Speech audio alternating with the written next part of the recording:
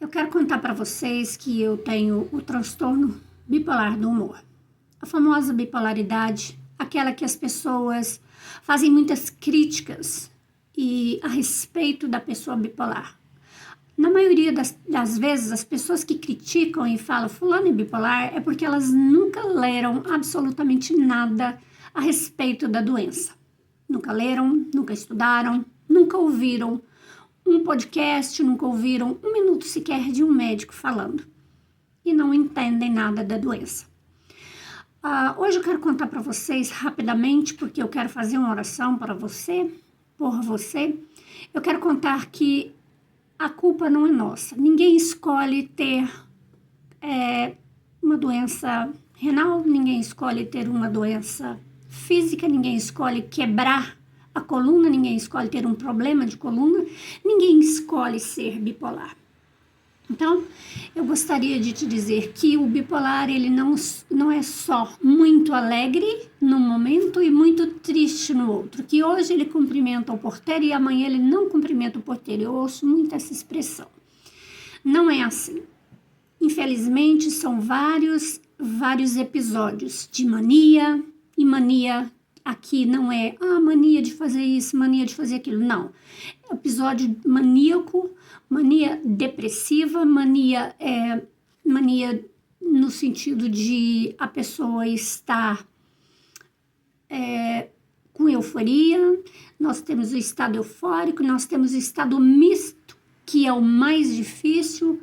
O momento da euforia, muitas pessoas consideram que é o melhor, que é quando a pessoa está muito alegre, que ela está animada, ela topa um punhado de coisas, ela faz planos. E o momento da depressão, ele é um dos piores. Particularmente, eu acho que ele é um dos piores. Eu acho que a maioria dos bipolares acha que a depressão é o pior. Na verdade, o mais arriscado é o misto e o eufórico, porque o eufórico a pessoa pode fazer várias coisas que não condiz com a personalidade e os valores dela e com que ela mesma acredita. Então eu quero apenas a título de confissão dizer que eu estou aqui para fazer orações e falar da palavra de Deus, mas que eu sou uma pessoa tão limitada quanto você. Você talvez esteja numa situação financeira ruim, você esteja num momento difícil da sua vida porque o seu filho está doente, seu filho está envolvido com drogas, um dos seus filhos se separou, você mesmo está passando por um divórcio, você pode estar aí numa cama de UTI e às vezes a gente olha para uma pessoa que faz orações e que faz a oração com fé e a gente acredita que essa pessoa não passa por nenhuma dificuldade. Não, pelo contrário. A pessoa que traz uma palavra de fé, e quando eu digo que a pessoa traz uma palavra de fé de verdade, que não é uma pessoa que está aí manipulando pessoas para ganhar dinheiro ou coisa assim, ela passa, sim, por muitos períodos difíceis. E baseado nisso, sabendo que eu sou uma pessoa vitoriosa e que pretende continuar sendo uma pessoa vitoriosa em Cristo, e através de Cristo, usando a minha medicação corretamente, fazendo a terapia, sendo cuidada pela minha família e tomando todos os cuidados que eu sou consciente da necessidade. Afinal de contas, hoje, 2025, junho de 2025, eu completei 30 anos de tratamento. Graças a Deus, porque a bipolaridade não é uma doença fácil de ser diagnosticada e depois ela não é uma doença fácil de acertar a medicação. Hoje, depois da pandemia, graças a Deus, o boom da tecnologia, nós temos muito mais informações, mas naquela época, em 96, era muito difícil, mas meu médico foi cirúrgico no momento do diagnóstico e eu dou graças a Deus por isso. E por causa disso, eu quero hoje fazer uma oração para você que se sente deprimido ou que recebeu o diagnóstico da bipolaridade, e eu quero te contar que o diagnóstico é vida, o diagnóstico não é rótulo, você não carregue isso como sendo um rótulo, não tenha isso, não deixe as pessoas te rotularem. Levante a sua cabeça, olhe para o diagnóstico como uma oportunidade que você está tendo de ser tratado, de ser tratada, de se cuidar, de cuidar melhor da sua vida, de ter uma possibilidade melhor de vida, tá bom? Então, vamos comigo fazer essa oração. Não importa a forma que você está, não importa se você está vestido, se você não está vestido, apenas que você abra o seu coração. A Bíblia diz que sem fé é impossível agradar a Deus. Então, para nós orarmos a Deus, nós precisamos crer. E mesmo que você não creia, nesse momento confesse a Deus que você não crê, mas que você quer crer, para que Ele te dê um pouco de fé. Porque do tamanho de uma mostarda, um pouquinho de fé pode fazer muita diferença. Por isso eu não digo que eu tenho muita fé. Eu digo apenas que eu tenho sido abençoada e que tenho sido vitoriosa até hoje. E pretendo continuar sendo. Vamos comigo ser vitoriosos? Deus querido, Deus amado, preciosa é a sua presença e eu te agradeço por ela. Eu te agradeço, Deus, porque o Senhor é um Deus onipotente. O Senhor tem todo o poder em todos os lugares e reina sobre todos nós, independente de acreditarmos ou não. Tudo tem um propósito, Deus, e particularmente eu nunca te questionei porque eu que exercia plenamente as funções da minha vida, quando eu tive minha vida interrompida por um surto psicótico, nunca te questionei porque ao questionar eu estaria te dizendo, eu sou muito boa para ficar doente. Eu sou muito melhor, eu sou muito mais amada para eu ficar doente. Isso seria arrogância. Isso sim seria falta de fé. Deus, neste momento, toca no coração dessas pessoas que estão com dificuldade de aceitarem um diagnóstico, que estão desesperadas e estão querendo inclusive se matar. Deus, em nome de Jesus Cristo, seu Filho amado, liberta essas pessoas desses pensamentos de mutilação própria, de estarem se ferindo, de estarem se descuidando, de estarem abandonadas num quarto, fechadas, essas pessoas que estão desanimadas a Deus, que não querem tomar um banho, que não têm força para escovarem os dentes. Eu já passei por momentos, Deus, e o Senhor sabe disso, que às vezes eu estendia uma fronha e não tinha forças. Eu tinha que esperar um pouco para estender a próxima fronha.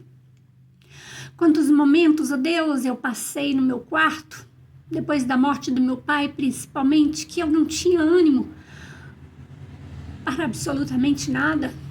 E eu quero agora me lembrar, e isso é para ser como um testemunho de que por um ano inteiro eu morava no 3º andar e eu fiz um propósito com o Senhor.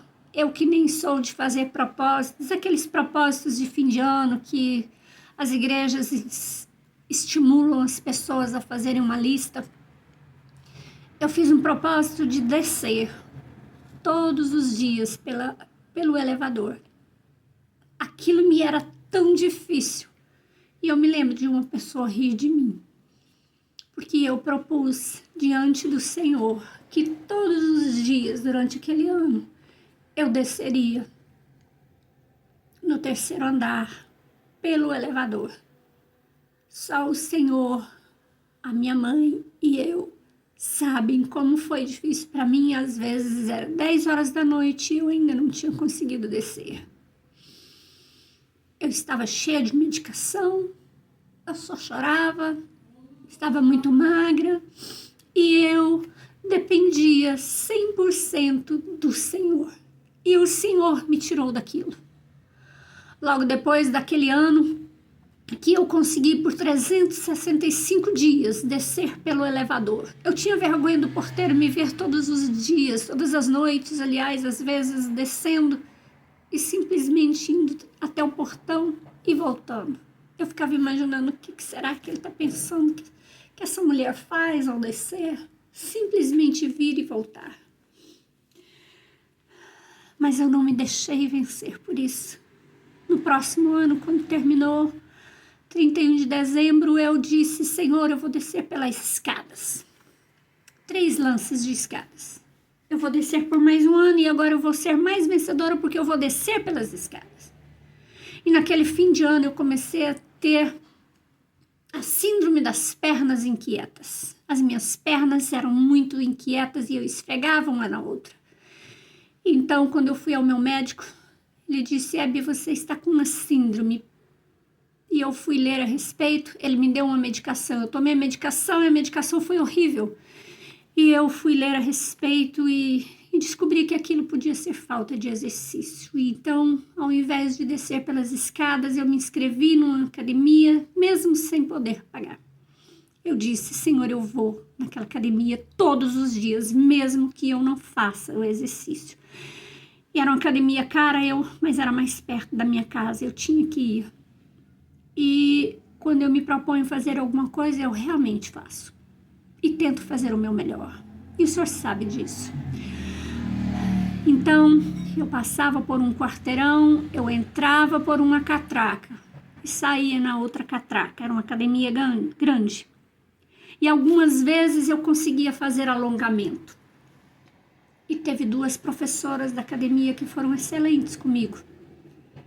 E eu te agradeço por isso, Senhor. Eu fiquei por lá alguns meses, porque logo nós nos mudamos para o interior. Mas o Senhor honrou aquele compromisso de fazer aquele passinho de formiguinha, como se fosse uma formiguinha. E a formiguinha sempre carrega um peso maior do que as pessoas imaginam que ela pode, né? Ela carrega um peso muitas vezes maior do que o dela mesma. E é assim que a gente se sente, é assim que eu me sentia. Mas o Senhor me deu vitória, com o apoio da minha família, com a medicação, com a terapia. E eu te agradeço por isso, Deus. E por isso, eu quero incentivar essas pessoas que me ouvem, que estão passando por essa situação. Deus, em nome de Jesus, fortalece essas pessoas, fortalece da planta dos pés até o alto da cabeça, fortalece a ponta dos dedos, fortalece a alma, fortalece os músculos, fortalece o corpo, fortalece cada célula do seu organismo. Senhor, em nome de Jesus, visita essas pessoas de uma forma poderosa. Senhor, diga para elas que existe possibilidade, que há forças que vêm do Senhor. Deus, levanta pessoas para estarem com elas. Senhor, que elas ouçam a oração que eu me propus a colocar aqui sempre, nesse canal. Em nome de Jesus, Deus, faz milagre na vida dessas pessoas, porque o Senhor é um Deus de milagres. Depois que eu conheci o Dr. Renato Silva, eu aprendi muito mais sobre a doença e ele só se tornou psiquiatra por causa da mãe dele, que é bipolar. Deus, existem pessoas que vieram ao mundo, que o Senhor trouxe ao mundo para ajudar as outras. Muitas pessoas não ficarão conosco para sempre, que vieram para passar um curto período de tempo conosco, mas vieram para nos ajudar a atravessar alguns momentos. Senhor, essas pessoas que ignoram os sintomas, essas pessoas que às vezes percebem que precisam de um médico, mas que se negam a olhar nos olhos do problema, chamar o problema pelo nome e a enfrentar e a resolver. Deus, traga luz para os olhos dela, luz para os ouvidos, luz para os seus familiares, amigos, parentes, cônjuges, namorados, irmãos de igreja, familiares, colegas de trabalho. Ajude essas pessoas a passarem por esses momentos, Deus, e a encontrarem estabilidade, porque sim, é uma doença sem cura, mas é uma doença com tratamento. Da mesma forma que é o diabetes, da mesma forma que é uma doença crônica renal. Deus, da mesma forma que é a doença das pessoas que têm problemas de pressão. Então, que as pessoas possam compreender, Deus, que o cérebro fica doente como o rim, o coração, o fígado ficam doentes, porque é uma parte do nosso corpo. Que as pessoas não tenham tantos tabus, que as pessoas que às vezes até acham que tantos outros temas que são abordados hoje podem ser enfrentados com tranquilidade, mas a doença mental não pode. Senhor, que caiam essas escamas dos seus olhos e que elas possam procurar ajuda, inclusive através de mim. Eu oro, ó Deus, Pai, em nome de Jesus, o seu Filho. Amém. Que você encontre coragem para cuidar da sua vida, da sua saúde.